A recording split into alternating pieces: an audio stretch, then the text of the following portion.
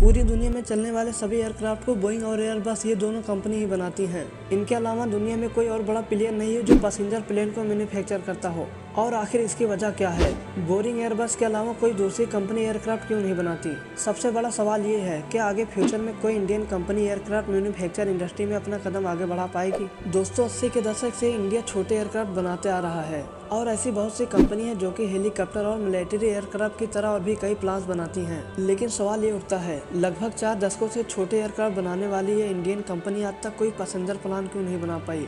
असल में इसकी मेन वजह है एविएशन मार्केट, जिसे बोइंग और एयरबस ये दोनों कंपनी आज किसी इंटरनेशनल कातिल की तरह चलाती हैं और इसी के चलते दूसरे किसी भी एयरक्राफ्ट मैन्युफैक्चर को इस इंडस्ट्री में बिल्कुल भी मौका नहीं मिलता। एयरबस और बोइंग ने इस इंडस्ट्री में 99% हिस्से पर अपना कब्जा किया है और ये दोनों कंपनी इस बात का भी ख्याल रखती हैं कि इस इंडस्ट्री में दूसरा कोई ना आ पाए, ताकि सिर्फ ये दोनों ही इस इंडस्ट्री के बादशाह बने रहें। लेकिन सवाल ये उठता है, ये कंपनी इतने बड़े मार्केट पर अपना कब्जा कैसे किया और क्यों दुनिया की कोई भी कंपनी इनसे इनका मार्केट का शेयर क्यों नहीं छीन पाती? इसके लिए हमें इनकी हिस्ट्री को जानना पड़ेगा। ये कहानी शुरू होती है 1916 में, जब अमेरिका में रहने वाले एक लकड़ी के व्यापारी ने एक एयरक्राफ्ट कंपनी की स्थापना की जिसका नाम उन्होंने बोइंग रखा। इसके बाद तुरंत ही एक अमेरिकी नेवी ऑफिसर के साथ मिलकर एक 2 सीट प्लेन को बनाया जो कि समुद्र की सतह से टेक ऑफ लैंड करता था। और उसके बाद 1917 में फर्स्ट वर्ल्ड वॉर के दौरान उन्होंने नेवी ऑफिसर के साथ एक फ्लाइंग बोट बनाना शुरू कर दिया जो कि स्पेशल वार के लिए ही डिजाइन किया गया था। कुछ इसी तरह वर्ल्ड वॉर 2 के दौरान उन्होंने युद्ध के लिए कई मॉडल एयरक्राफ्ट जेट विमान बनाया जिसके लिए अमेरिकन सरकार ने उस टाइम उनकी कंपनी में $100 बिलियन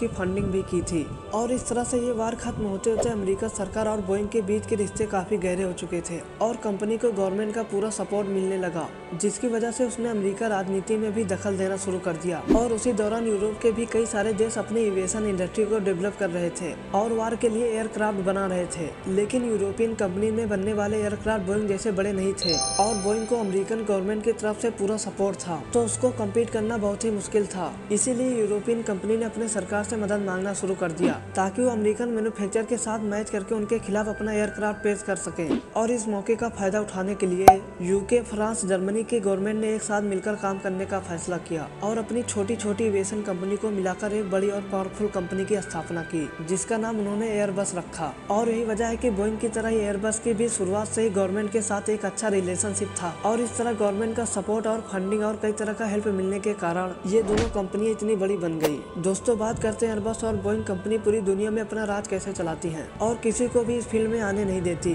दोस्तों, एयरबस और बोइंग इन दोनों के पास पूरी तरह पॉलिटिकल सपोर्ट है, इसीलिए दोनों कंपनियां यूएस गवर्नमेंट और यूरोपियन गवर्नमेंट के दम पर किसी भी एविएशन कंपनी को इस फील्ड में आने नहीं देती। और देखा जाए तो बोइंग कंपनी आज यूएस के अंदर सेकेंड बिगेस्ट लॉबिंग एजेंट है, जिसका मतलब ये है कि ये पैसे देकर अपने हिसाब से रूल्स, रेगुलेशन और डिसीजन भी चेंज करने की पावर रखता है और इसके लिए ये हर साल लगभग $250 मिलियन की फंडिंग करता है।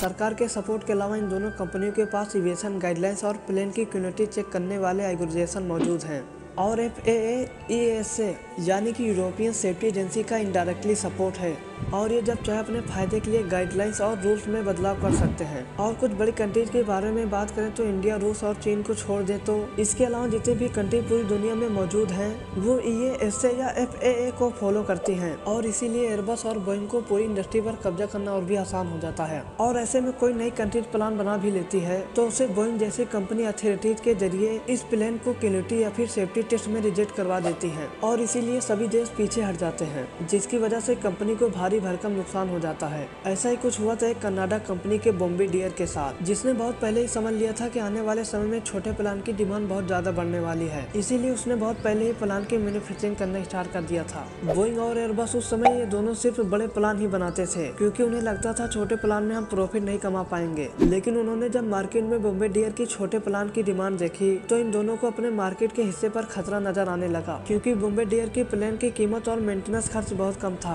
और जिन देशों को छोटे प्लान की जरूरत थी वहां के देशों से बॉम्बार्डियर को काफी ऑर्डर आने लगे। और ये सब देखकर बोइंग बॉम्बार्डियर के खिलाफ यूएस गवर्नमेंट से ये कंप्लेन कर दी कि ये कंपनी मार्केट में अपनी जगह बनाने के लिए बहुत ही सस्ते प्लान बेच रहा है, इसीलिए इस पर 80% का टैक्स लगना चाहिए। और बोइंग के प्रेशर में आकर यूएस गवर्नमेंट ने बॉम्बार्डियर के ऊपर 80% की जगह 300% का टैक्स लगा दिया, जिसके बाद अचानक उसके दाम बढ़ गए और दाम बढ़ने की वजह से जो ऑर्डर कंपनी को मिले थे वो भी कैंसिल होने लगे और इन समस्याओं की वजह से ये कंपनी बंद होने बनने की कगार पर आ गई और इसी चीज का फायदा उठाकर एयरबस ने इस कंपनी के 50% शेयर को हैकओवर कर लिया। खैर छोड़िए, अब चलिए बात करते हैं भारत प्लेन क्यों नहीं बना सकता। असल में प्लेन मैन्युफैक्चर करना एक बहुत बड़ा काम है और देखा जाए तो एक छोटे प्लेन को बनाने में 10 से 15 बिलियन डॉलर्स का खर्चा आता है, जिससे ये काम किसी गवर्नमेंट के मदद के बिना कर पाना बहुत ही मुश्किल है। और अगर हम इंडिया की बात करें तो हमारी इकोनॉमी भी इतनी स्ट्रॉन्ग नहीं हुई है कि हम किसी कंपनी में इतना ज्यादा पैसा लगा दें जिसका अप्रूवल मिलने का चांस ना के बराबर हो। अगर इंडिया को पैसेंजर एरोप्लेन मैन्युफैक्चर इंडस्ट्री की तरफ अपना कदम बढ़ाना है तो फिर उसके लिए हमें छोटे प्लेन से शुरुआत करनी चाहिए, क्योंकि आने वाले समय में डोमेस्टिक एरोप्लेन की डिमांड काफी ज्यादा बढ़ गई है। लेकिन ऐसा करके भी इस इंडस्ट्री में अपना पैर जमाना इतना आसान नहीं होगा, क्योंकि जिस दिन से इंडिया अपना खुद का एरोप्लेन बनाना स्टार्ट करेगा तभी से इन दोनों कंपनियों के निशाने पर आ जाएगा। इसके अलावा आज के डेट में कोई भी एरोप्लेन मैन्युफैक्चर कंपनी तब तक सक्सेसफुल नहीं हो सकती जब तक उनके प्लेन ग्लोबली एक्सेप्ट न किया जा सके। हमने आपको पहले ही बताया था, EASA या FF का सर्टिफिकेट पाना नामुमकिन सी बात बन गई है। आपको इस वीडियो से समझ आ गया होगा कि कोई देश एरोप्लेन क्यों नहीं बना पाता। आपकी नज़र में कोई ऐसा देश है जो आने वाले समय में एरोप्लेन मैन्युफैक्चर कर सकता है और इस एरोप्लेन इंडस्ट्री में अपना पैर जमा सकता है? अपनी राय कमेंट में जरूर बताना और वीडियो को लाइक कर देना, चैनल को सब्सक्राइब। मिलते हैं अगली वीडियो में।